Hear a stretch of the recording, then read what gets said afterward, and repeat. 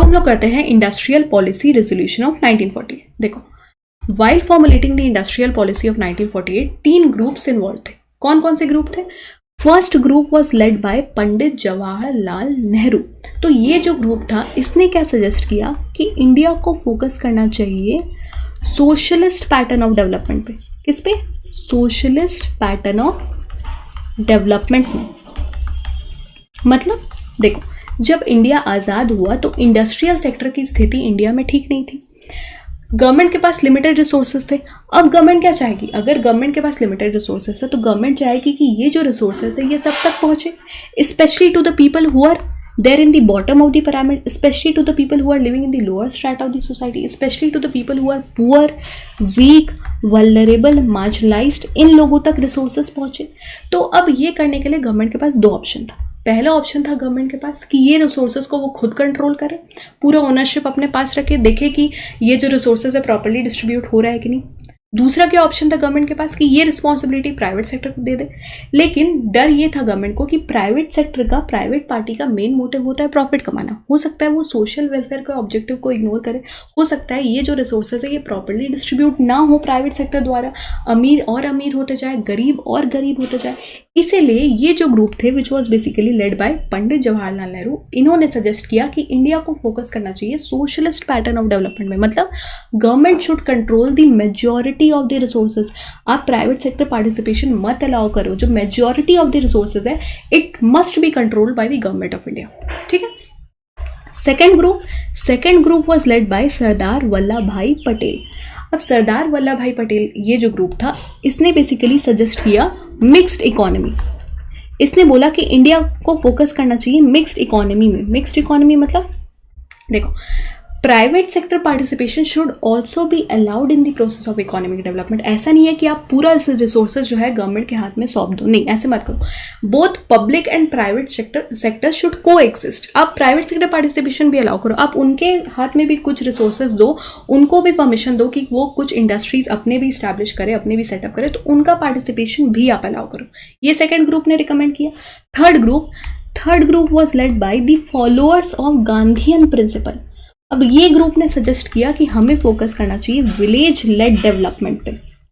मतलब पहले आप विलेज में डेवलपमेंट देखो, ठीक है, कि विलेजेस जो है वहां पे डेवलपमेंट हो रहा है कि नहीं। तो ये तीनों ग्रुप का अपना अपना सजेशन था। अब हम लोग देखते हैं क्या क्या फीचर्स है ये इंडस्ट्रियल पॉलिसी रेजोल्यूशन के। So industrial policy resolution of 1948 classified industries into 4 broad categories. ठीक, तो 4 ब्रॉड कैटेगरीज में इंडस्ट्रीज को डिवाइड किया गया। सबसे पहला कैटेगरी क्या है? Strategic industries. तो इसमें जो इंडस्ट्रीज थी ना, ये जो इंडस्ट्रीज थी it was exclusively reserve for the government of India. मतलब कि कोई भी इंडस्ट्रीज अगर इस कैटेगरी में सेटअप की जाएगी, स्टैब्लिश की जाएगी, तो it can only be set up by the government of India. मतलब यहाँ पे प्राइवेट सेक्टर पार्टिसिपेशन अलाउड नहीं है। ठीक है। So strategic industries were kept under the ownership of government of India. It included 3 industries in which central government had monopoly. This included arms and ammunition, atomic energy and rail transport. ठीक है। दूसरा category क्या है? Basic और key industries, public cum private sector. इसमें क्या हुआ ना, देखो जैसे कि coal, iron and steel industry, aircraft manufacturing, ship building etcetera. तो ये जो इंडस्ट्रीज है, इस कैटेगरी में जो इंडस्ट्रीज है, अगर प्राइवेट सेक्टर ने इस्टेब्लिश कर दिया, अगर प्राइवेट सेक्टर ने इस इंडस्ट्रीज को इस्टेब्लिश कर दिया तो ठीक है, they are allowed to continue. But अगर कोई न्यू इंडस्ट्रीज इस कैटेगरी में इस्टेब्लिश की जाएगी, सेटअप की जाएगी, then it can only be established by the government of India. These industries were to be set up by the central government. However, the existing private sector enterprises were allowed to continue. अगर private sector ने इस category में industries जो है बैठा दिए तो कोई दिक्कत नहीं है, लेकिन अगर न्यू इंडस्ट्रीज को इस्टेब्लिश की जाएगी इस कैटेगरी में, then it can only be established by the central government. ठीक है।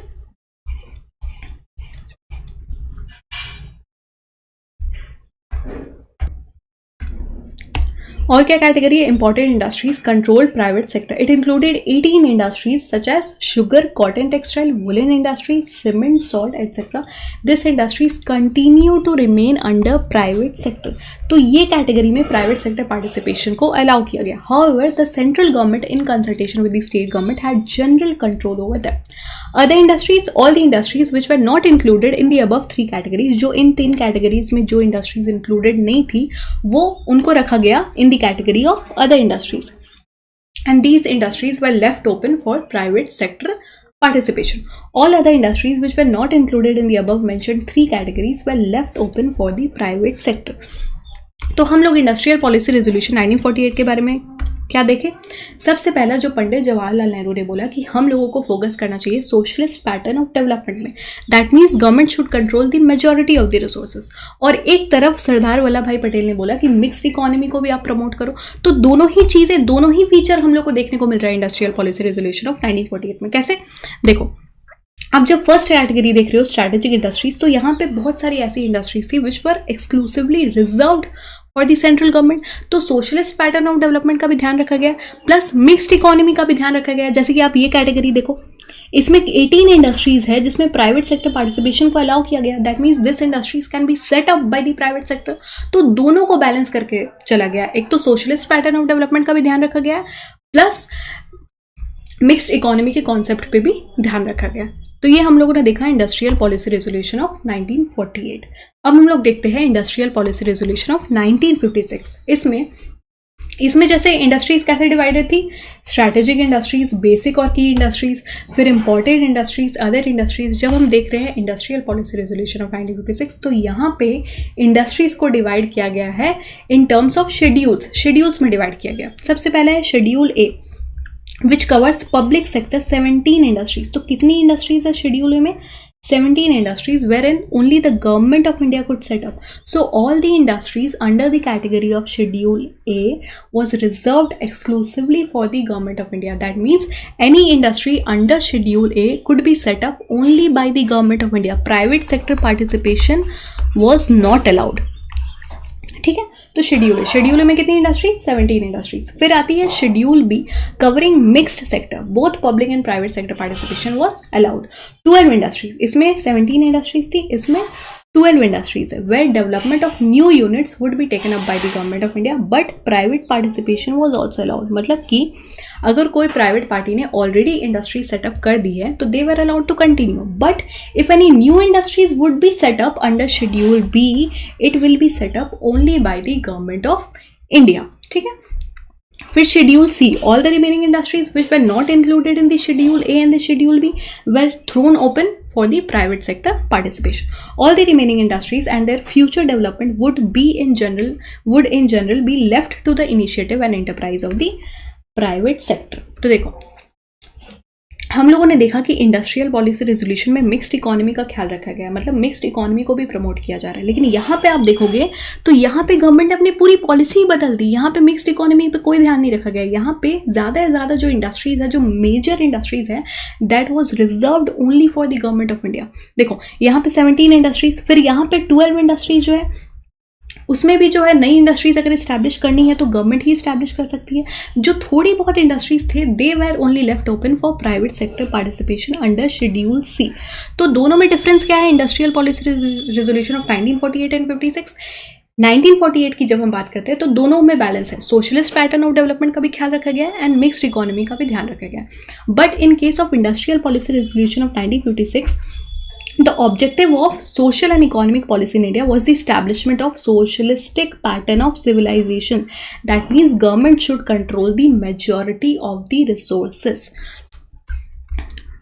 ठीक है, चलो और क्या क्या फीचर्स है इंडस्ट्रियल पॉलिसी रेजोल्यूशन 1946 के? This policy is also known as economic constitution of India, focused on import substitution. तो इम्पोर्ट सब्सटीट्यूशन पे भी फोकस किया गया. इम्पोर्ट सब्सटीट्यूशन मतलब जितना भी मतलब इंडिया में जो भी प्रोड्यूस कर पाए, जो भी डोमेस्टिक मार्केट में मैन्युफैक्चर हो पाए, वो आप यहीं पे मैन्युफैक्चर करो. मतलब आप इंपोर्ट पे रिलाई मत करो. जो भी आप यहाँ मैन्युफैक्चर कर पा रहे हो, प्रोड्यूस कर पा रहे हो, आप डोमेस्टिक मार्केट में ही प्रोड्यूस करो. अपना जो डिपेंडेंसी है ऑन इम्पोर्ट उसको कम करो.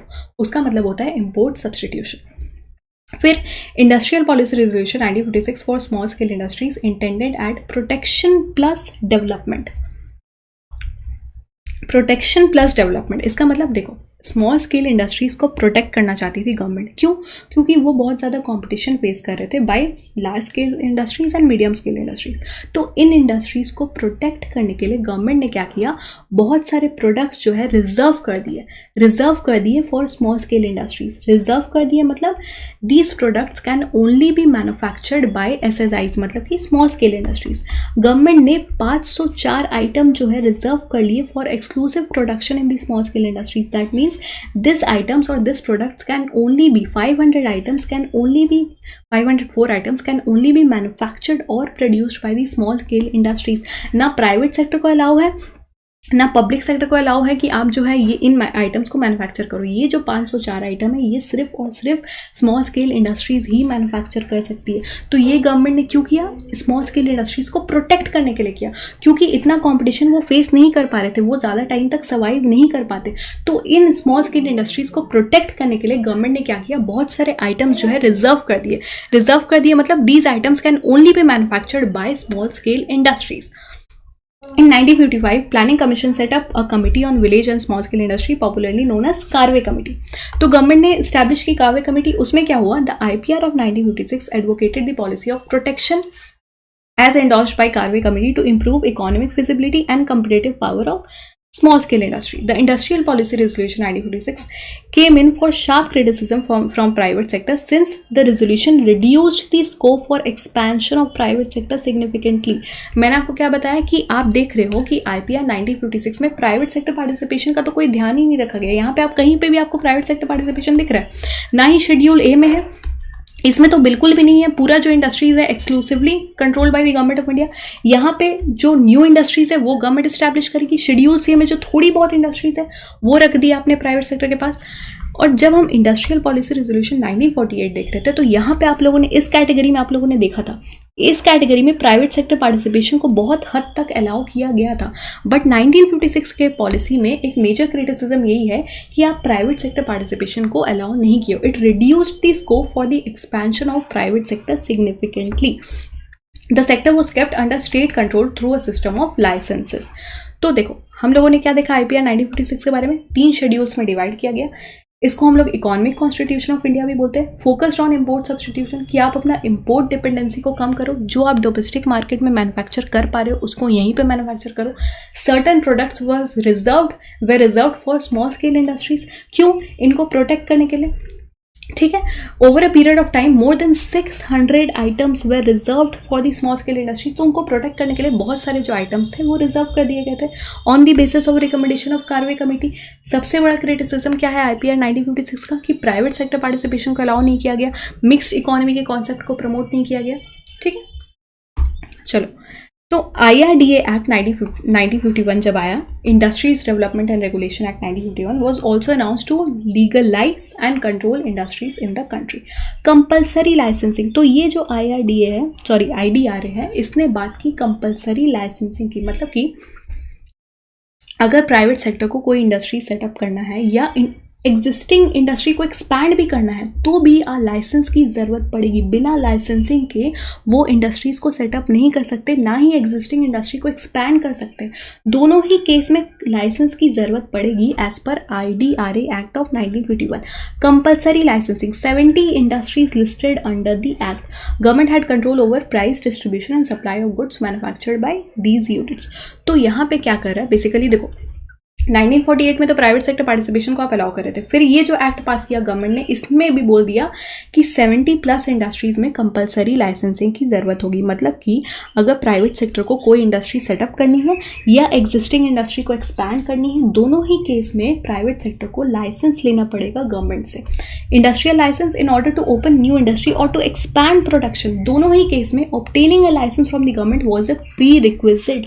सो it was made compulsory for the private sector to obtain license from the government of India while setting up new industry और while expanding the existing industry। दोनों ही केस में आपको गवर्नमेंट से licence लेना पड़ेगा। Next, industrial policy resolution of 1977 proposed by Janata government, promotion of cottage and small industries. तो यहाँ पे फोकस किया गया कॉटेज और स्मॉल इंडस्ट्रीज पे। Small sector was classified into 3 groups, cottage and household sector, tiny sector and small scale industries. फिर देखो, फिर आया इंडस्ट्रियल पॉलिसी रेजोल्यूशन ऑफ 1980। अब तक जो है, अब तक हम लोग एक्सपोर्ट को प्रमोट नहीं कर रहे थे, अब तक हम लोग किस पे फोकस कर रहे थे, इंपोर्ट सब्सटीट्यूशन पे फोकस कर रहे थे। हम एक्सपोर्ट्स के बारे में कोई बात नहीं कर रहे थे, हम इंपोर्ट सब्सटीट्यूशन पे फोकस कर रहे थे। मतलब कि हम जो है अपना इंपोर्ट कम करेंगे, ज़्यादा से ज़्यादा जो गुड्स हैं हम यही डोमेस्टिक मार्केट में मैन्युफैक्चर करेंगे, हम यही सब बातें कर रहे थे। एक्सपोर्ट्स के बारे में, फॉरेन इन्वेस्टमेंट के बारे में कोई बात नहीं हो रही थी। लेकिन इंडस्ट्रियल पॉलिसी रेजोल्यूशन 1980 में export was promoted, foreign investment was allowed. Due to this policy, the MRTP Act and FERA Act was introduced.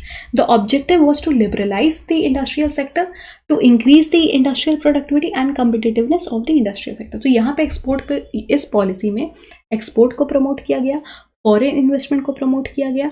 उसके बाद the government focused on increasing the efficiency of the public sector undertakings, problem of industrial sickness was also given emphasis. तो ये सब features है industrial policy resolution of 1980 के। MRTP act क्या है आगे मैं आपको बताऊंगी जब आप लोग न्यू इकोनॉमिक पॉलिसी पढ़ेंगे, ठीक है। चलो, तो हम लोग देखते हैं new economic policy of 1991, LPG reforms. क्या ऐसी ज़रूरत पड़ गई कि गवर्नमेंट को 1991 में न्यू इकोनॉमिक पॉलिसी लेके आना पड़ा, जबकि इतने सारे इंडस्ट्रियल पॉलिसीज गवर्नमेंट ने फॉर्मुलेट किए थे? तो वो देख लेते। One of the major reason was Gulf war. अब आप सोचोगे अगर गल्फ कंट्रीज में वॉर चल रहा है तो उससे इंडिया के इकोनॉमिक पॉलिसी का क्या लेना देना? लेना देना है। उस टाइम पे even today also India is highly dependent on import for fulfilling the requirement of crude oil. India बहुत ज़्यादा क्रूड ऑयल इम्पोर्ट करता है फ्रॉम दी गल्फ कंट्रीज। अब अगर गल्फ कंट्रीज में वॉर चल रहा है तो उसके वजह से क्या होगा ना, वॉर के वजह से the market price of crude oil will increase, the price of crude oil in the international market will increase. War के वजह से, उसके वजह से क्या होगा, इम्पोर्ट अब इंडिया के लिए महंगा हो गया, import will become costlier, will become expensive for India, मतलब इम्पोर्ट बिल इंडिया का बढ़ गया। देखो, वॉर के वजह से क्या हुआ, the price of crude oil in the Gulf countries will increase, as a result of which now the import will become expensive for India. अब इंडिया के लिए इम्पोर्ट बिल बढ़ गया, क्यों? क्योंकि प्राइस बढ़ गया ना क्रूड ऑयल का। अब इंडिया को ज़्यादा पैसा देना पड़ रहा है क्रूड ऑयल इम्पोर्ट करने के लिए, तो इम्पोर्ट बिल बढ़ गया। दूसरी तरफ क्या हुआ, देखो इंडिया में जो इंडिया के जो सिटीजन्स हैं वो लोग बाहर जाके काम करते हैं और वहाँ जो काम कर रहे हैं, जो पैसा कमा रहे हैं वो यहाँ भेज रहे हैं इंडिया में। सपोज कोई यूएसए में काम कर रहा है, सो ही और she will send money in the form of dollars, ठीक है। उसको हम लोग बोलते हैं रेमिटेंस। क्या बोलते हैं? रेमिटेंस। तो गल्फ कंट्रीज में वॉर के वजह से जो रेमिटेंस इंडिया रिसीव करता था, जो यहाँ के लोग बाहर जाके काम कर रहे हैं और पैसा भेज रहे हैं, अब वो भी नहीं आया, वो भी कम हो गया। तो रेमिटेंस कम हो गया, ऊपर से इंपोर्ट बिल इंडिया का इतना ज़्यादा बढ़ गया, इसीलिए हम लोगों को देखने को मिला current account deficit, excess reliance on import, dismal performance by the public sector unit. अब पब्लिक सेक्टर यूनिट जो है, public sector enterprises which is owned by the government of India, जिसमें गवर्नमेंट मेजर शेयर होल्डर होती है, उनका performance भी सही नहीं था, ठीक है। इसीलिए गवर्नमेंट लेके आई board of industrial and financial reconstruction in the year 1987 in order to revive the sick units, in order to revive the public sector units। वो अलग कॉन्सेप्ट है, उस पर आप उतना ध्यान मत दो। तो पब्लिक सेक्टर यूनिट जो है ठीक तरह से परफॉर्म नहीं कर रहे थे। उसके बाद the gross fiscal deficit of the government rose from 9.0% of GDP in 1980-81, 10.4% to 12.7% in 1990-91। Government का जो लोन है, government basically the borrowing of the government increase to 12.7%। Fiscal deficit मतलब the borrowing of the government of India, it increase to 12.7%। अब अगर government का loan इतना बढ़ जाएगा तो उसके वजह से क्या होगा, इंटरेस्ट गवर्नमेंट को ज़्यादा पे करना पड़ रहा है, ठीक है। सपोज गवर्नमेंट ने रेवेन्यू कलेक्ट किया, ठीक है, गवर्नमेंट बहुत ज़्यादा जो है टैक्स में पैसा कलेक्ट की। अब क्या हुआ कि गवर्नमेंट ने लोन भी उस हिसाब से बहुत ज़्यादा ले लिया। अब पूरा जो गवर्नमेंट टैक्स कलेक्ट किया है वो कहाँ जा रहा है, वो लोन का इंटरेस्ट पे करने में जा रहा है। क्यों? क्योंकि इंटरेस्ट तो पे करना ही पड़ेगा, इंटरेस्ट में तो वो तो कंपल्शन है ना, आप इंटरेस्ट मतलब आपको इंटरेस्ट पे करना ही है। तो इस वजह से क्या हो रहा है, ये टैक्स का पैसा कहाँ जा रहा है, ये टैक्स का पैसा जा रहा है इंटरेस्ट पे करने में। तो मतलब बाकी का जो काम है उसमें गवर्नमेंट नहीं ध्यान दे पा रही है। बाकी के काम जैसे सपोज अगर गवर्नमेंट को सोशल इंफ्रास्ट्रक्चर के लिए पैसा लगाना है, अगर हॉस्पिटल्स बनाने हैं, स्कूल्स बनाने हैं, रोड डेवलप करना है, नेशनल हाईवे डेवलप करना है, वो सब चीज़ों में गवर्नमेंट पैसा नहीं लगा पा रही। क्यों? ज़्यादा से ज़्यादा पैसा तो इंटरेस्ट पे करने में चला जा रहा है गवर्नमेंट का। ठीक है, तो ये एक मेजर डिसएडवांटेज होता है। अगर गवर्नमेंट का फिजिकल डेफिसिट बढ़ जाता है तो गवर्नमेंट को ज़्यादा इंटरेस्ट, मतलब गवर्नमेंट को इंटरेस्ट पे करना ही पड़ता है। Government can not default on the payment of interest. Interest तो पे करना ही पड़ता है, वो तो कंपल्शन है। अब ज़्यादा से ज़्यादा पैसा इंटरेस्ट पे करने में चल जा रहा है, मतलब जो देश के उत्थान के लिए जो पैसा है वो अब ज़्यादा नहीं बच रहा है। सोशल इंफ्रास्ट्रक्चर डेवलप करना है, इकोनॉमिक इंफ्रास्ट्रक्चर डेवलप करना है, लोगों को एम्प्लॉयमेंट अपॉर्चुनिटी मिलेगा, इन्वेस्टमेंट होगा, प्रोडक्शन होगा इकोनॉमी में, ऐसे स्कीम्स हम लोग को बनाने हैं जिससे गरीब लोगों का भला हो, वो अब गवर्नमेंट कर नहीं पा रही है। क्यों नहीं कर पा रही है गवर्नमेंट? अरे गवर्नमेंट का ज़्यादा से ज़्यादा पैसा तो इंटरेस्ट पे करने में लग गया। तो ये भी एक सिचुएशन था 1991 में कि गवर्नमेंट का physical deficit, that means the borrowing of the government increase to 12.7%. Depletion of foreign exchange reserve. Foreign exchange reserves had dried up to the point that India could barely finance 3 week worth of the import. तो foreign exchange reserve भी India का बहुत ज़्यादा कम हो गया था, इतना कम हो गया था कि सिर्फ 3 वीक तक ही वो अपने इम्पोर्ट को अफोर्ड कर पाता, इतना कम हो गया। ठीक है, the inflation rate rose from 6.7% to 16.7%. तो इन्फ्लेशन भी काफ़ी बढ़ गया था। एडवर्स बैलेंस ऑफ पेमेंट, क्यों एडवर्स बैलेंस ऑफ पेमेंट? क्यों? क्योंकि एक्सपोर्ट उतना नहीं था जितना इंपोर्ट था इंडिया में, तो इंपोर्ट बढ़ गया था और एक्सपोर्ट कम था। इस वजह से balance of payment crisis situation भी देखने को मिला इन द ईयर 1991. तो ये सिचुएशन था 1991 में कि गवर्नमेंट को न्यू इकोनॉमिक पॉलिसी लेके आना पड़ा। तो सबसे पहले हम लोग देखते हैं लिबरलाइजेशन। ठीक है, देखो liberalisation basically means reduction, it basically means reducing the restriction imposed by the government of India. यहाँ पे ये नहीं है कि पूरा रिस्ट्रिक्शन को हटा देगी गवर्नमेंट। जैसे देखो पहले क्या करती थी गवर्नमेंट, आप लोगों ने देखा इंडस्ट्रियल पॉलिसीज़ में कि बहुत सारे इंडस्ट्रीज़ जो है गवर्नमेंट अपने कंट्रोल में रख रही थी, फिर गवर्नमेंट फॉरेन इन्वेस्टमेंट अलाउ नहीं कर रही थी, फिर गवर्नमेंट एक्सपोर्ट भी अलाउ नहीं कर रही थी, फिर गवर्नमेंट ज़्यादा से ज़्यादा फोकस जो है इंपोर्ट सब्सटीट्यूशन में कर रही थी, प्राइवेट सेक्टर पार्टिसिपेशन अलाउ नहीं कर रही थी, उनको इंडस्ट्रीज जो है सेटअप करने नहीं दे रही थी। तो ये जो इतने रिस्ट्रिक्शन जो गवर्नमेंट इम्पोज कर रही थी, इतने जो रेगुलेशन गवर्नमेंट लगा के रखी थी, इसको कम करना बहुत हद तक, इसको कम करने को ही लिबरलाइजेशन बोलते हैं। ठीक है, liberalisation is a broad term that refers to the practice of making law systems or opinions less severe, usually in the sense of eliminating certain government regulation or restriction. ठीक है, उनको एलिमिनेट करना, उनको कम करना, पूरी तरह से हटाना नहीं, उनको कम करना, उन रिस्ट्रिक्शंस को, उन रेगुलेशंस को कम करना। The term is used often in relation to economics, where it refers to economic liberalization, the removal or reduction of restriction placed upon a particular sphere of economic activity. ठीक है, अब ये liberalisation के under क्या क्या reforms government ने लिए वो हम लोग को देखने की जरूरत है। सबसे पहले देखते हैं industrial sector reforms, reduction in industrial licensing. पहले आप लोगों ने देखा, हम लोगों ने industrial development regulatory act of 1951 में हम लोगों ने देखा कि 70+ इंडस्ट्रीज जो थी उसमें कंपलसरी लाइसेंसिंग की ज़रूरत थी। लेकिन गवर्नमेंट ने क्या किया इंडस्ट्रियल सेक्टर रिफॉर्म्स में कि ये जो फालतू इतने लाइसेंसेस की ज़रूरत पड़ती है, जिसके वजह से डिले होता है in the implementation of the project, जिसके वजह से डिले होता है इंडस्ट्री सेटअप करने में, स्टैब्लिश करने में, वो फालतू लाइसेंस को हटा दो।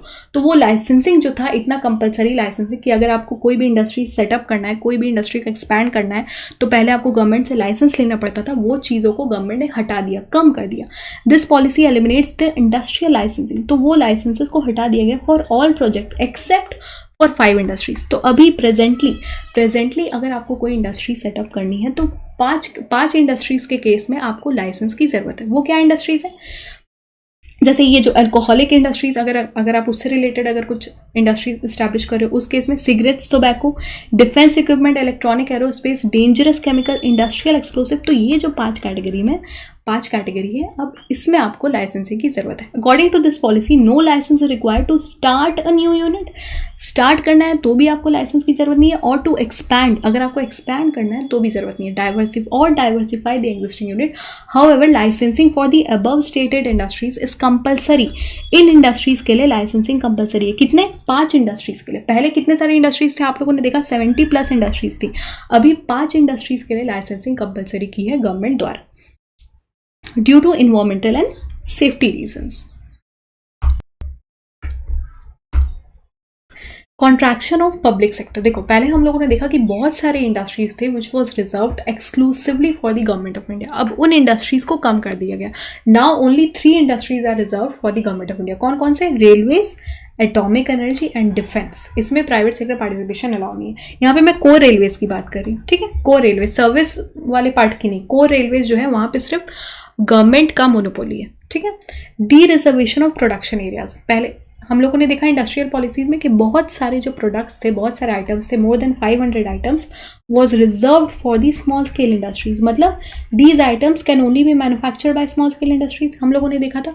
अब उसको हटा दिया गया। Most of the goods produced by small scale industries are now dereserved under industrial sector reforms. अब देखते हैं फाइनेंशियल सेक्टर रिफॉर्म्स। तो पहले प्राइवेट बैंक्स को अलाउ नहीं किया जाता था, अब इसमें प्राइवेट बैंक्स का पार्टिसिपेशन जो अलाउ किया जा रहा है। Foreign banks like HSBC and Indian banks like ICICI raise the competition and works for the benefit of consumer with better services and lower interest rate. मतलब प्राइवेट बैंक्स को अब allow किया गया कि आप अपने ब्रांचेस जो है यहाँ पे खोलो। Increase in foreign investment limit. तो in case of private sector bank up to 74% FDI is allowed, foreign direct investment is allowed.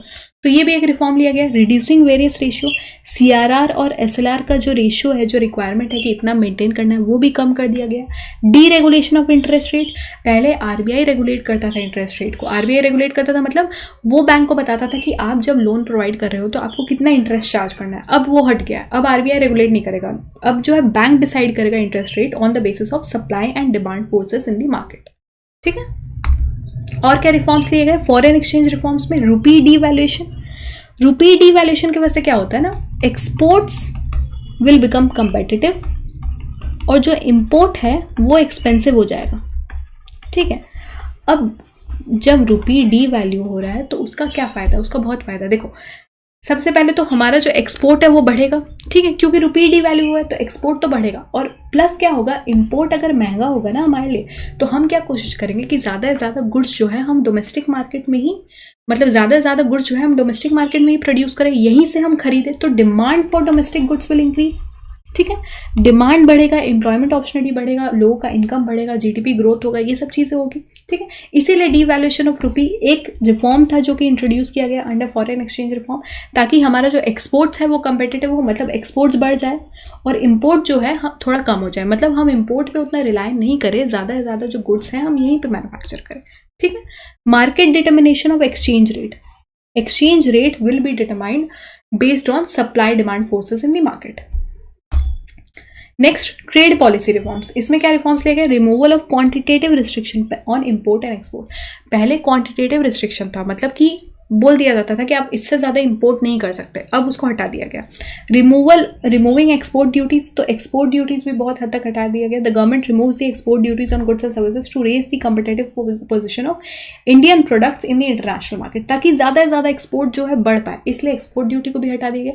Reducing import duty. पहले जो है गवर्नमेंट बहुत ज़्यादा इम्पोर्ट ड्यूटी लगा देती थी ताकि इंडिया जो है इम्पोर्ट उतना नहीं कर पाए, अब वो भी कम कर दिया गया। The government reduces the import duty of goods and services to increase the competitiveness in the domestic industries. Relaxing import licensing system. The import licensing system was evaded except for the hazardous and environmentally sensitive industries. तो ये हम लोगों ने देखा reforms under liberalisation. अब हम लोग देखते हैं प्राइवेटाइजेशन क्या होता है। देखो जब गवर्नमेंट पब्लिक सेक्टर यूनिट का मोर देन 50% ऑफ शेयर, कितना, मोर देन 50% ऑफ शेयर किसी प्राइवेट पार्टनर को बेच दे, उसको हम लोग बोलते हैं प्राइवेटाइजेशन, ठीक है। अगर लेस देन 50% है तब हम लोग उसको प्राइवेटाइजेशन नहीं बोलते। जब मोर देन 50% गवर्नमेंट अगर शेयर्स बेच दे रही है, मतलब मैनेजमेंट कंट्रोल भी गवर्नमेंट जो है प्राइवेट पार्टी के हाथ में दे रही है, उसको बोलते हैं प्राइवेटाइजेशन।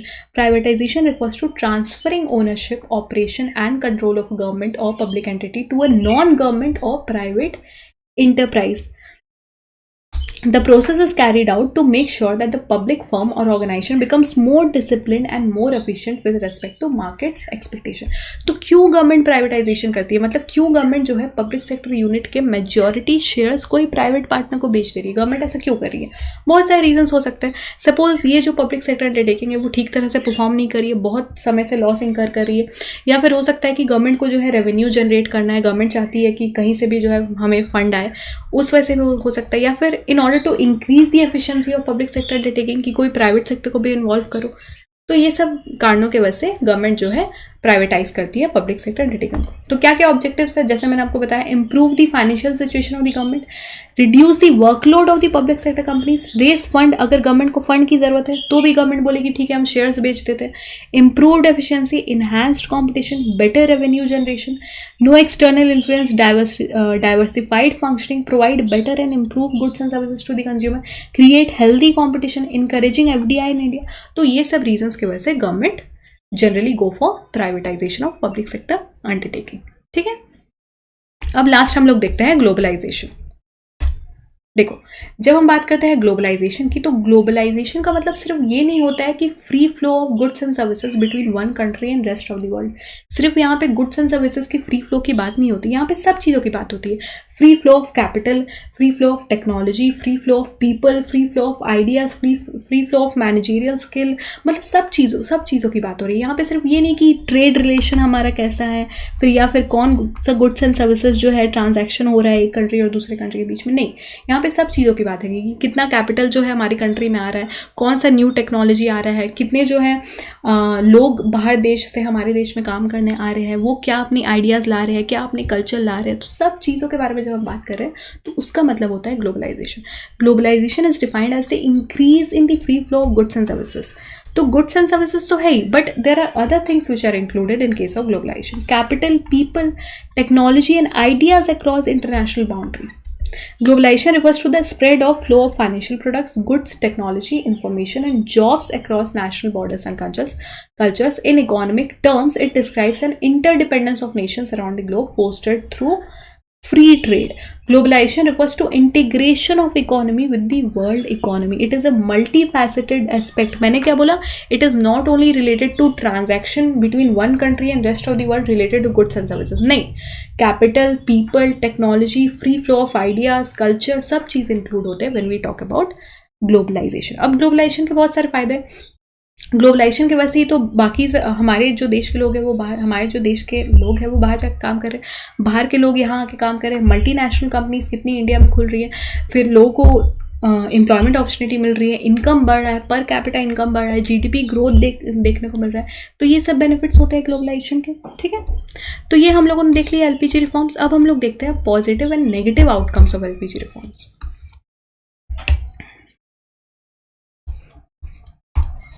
तो पॉजिटिव आउटकम क्या है? ये लिबरलाइजेशन, प्राइवेटाइजेशन, ग्लोबलाइजेशन की वजह से क्या जो है पॉजिटिव आउटकम देखने को मिला।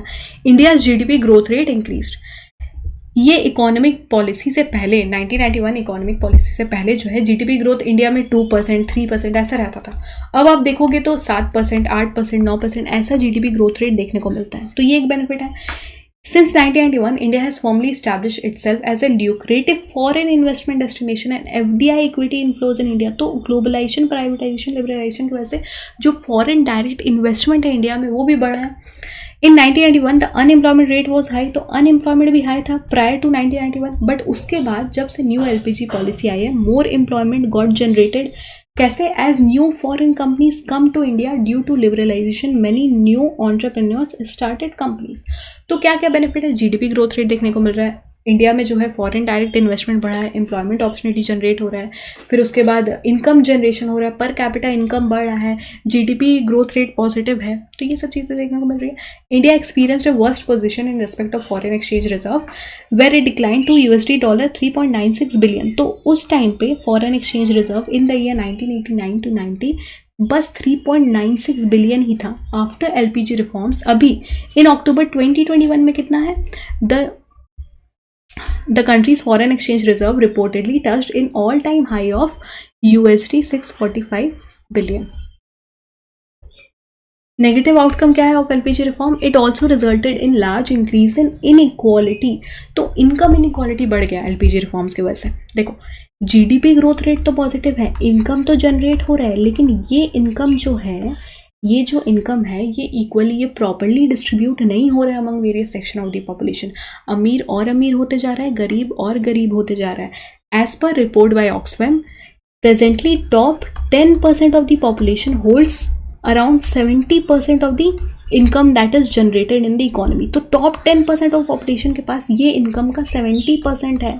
मतलब इनकम इनइक्वालिटी है। ये जो इनकम है ये प्रॉपर्ली डिस्ट्रीब्यूट नहीं हुआ है। ये जो इनकम है ये poor, weak, vulnerable, marginalise section of population तक अभी तक नहीं पहुंचे। तो ये एक नेगेटिव आउटकम है एलपीजी रिफॉर्म्स का। दूसरा, in 1991 agriculture provided employment to 72% of the population and contributed around 30% of GDP.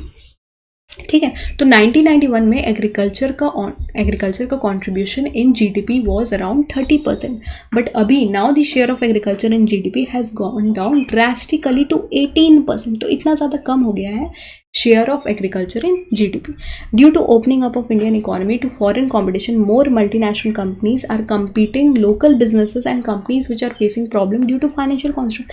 अब अगर आप इतने ज़्यादा मल्टीनेशनल कंपनीज को यहाँ बोलोगे कि अपने ब्रांचेस खोलो, तो उसके वजह से क्या होता है ना, जो डोमेस्टिक इंडस्ट्रीज है वो लोग बहुत ज़्यादा कंपटीशन फेस कर रही है, तो उनको दिक्कत आ रही है। उनका जो डिमांड है फॉर गुड्स एंड सर्विसेज वो कम हो गया है। ये एक नेगेटिव आउटकम है। और क्या, globalisation has also contributed to the destruction of the environment, increase exploitation of natural resource, jobless growth. मतलब कि ग्रोथ तो है, जीडीपी ग्रोथ रेट तो है, लेकिन उस हिसाब से तो जॉब्स भी तो जनरेट होनी चाहिए, लेकिन उस हिसाब से जॉब्स भी जनरेट नहीं हो रहे। Jobless growth has not been inclusive. मतलब कि जीडीपी ग्रोथ रेट है, इनकम जनरेट हो रहा है, लेकिन ये इनकम का बेनिफिट सब तक नहीं पहुंच रहा है, specially to the people who are there in the bottom of the pyramid. उन लोगों तक इनकम का बेनिफिट नहीं पहुंच रहा है, मतलब कि ग्रोथ अभी इंक्लूसिव नहीं है। तो ये सब है negative outcomes of LPG reforms. ठीक है, तो हम लोगों ने पूरा इंडस्ट्रियल पॉलिसीज देख लिया, एलपीजी रिफॉर्म्स भी देख लिया। ठीक है, so that's it for today. If you like this video please do subscribe to my channel and I will see you in the next session. Till then take care, bye bye.